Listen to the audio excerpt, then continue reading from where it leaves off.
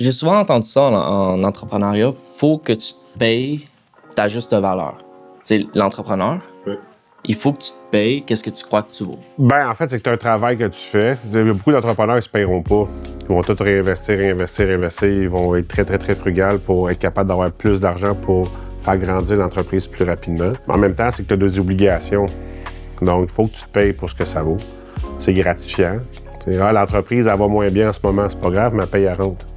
Je suis capable de payer mes bills, c'est que ça l'enlève une partie de ton stress aussi. Parce que tu es capable de faire face à tes obligations personnelles. Si tu décides de ne pas te payer, bien nécessairement, tu travailles gratuit.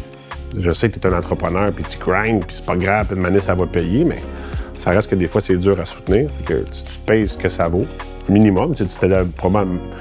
Souvent, les gens vont se payer même un moins bon salaire, mais au moins pour être capable de vivre. Souvent, quand j'analyse entreprise, entrepreneur, Inc., tu sais, travailleur autonome, mais Inc., je fais 250 000 par année.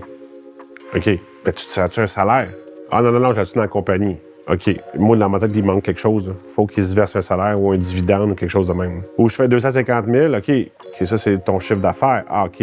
Après les dépenses, il reste combien? Ah, 120. OK.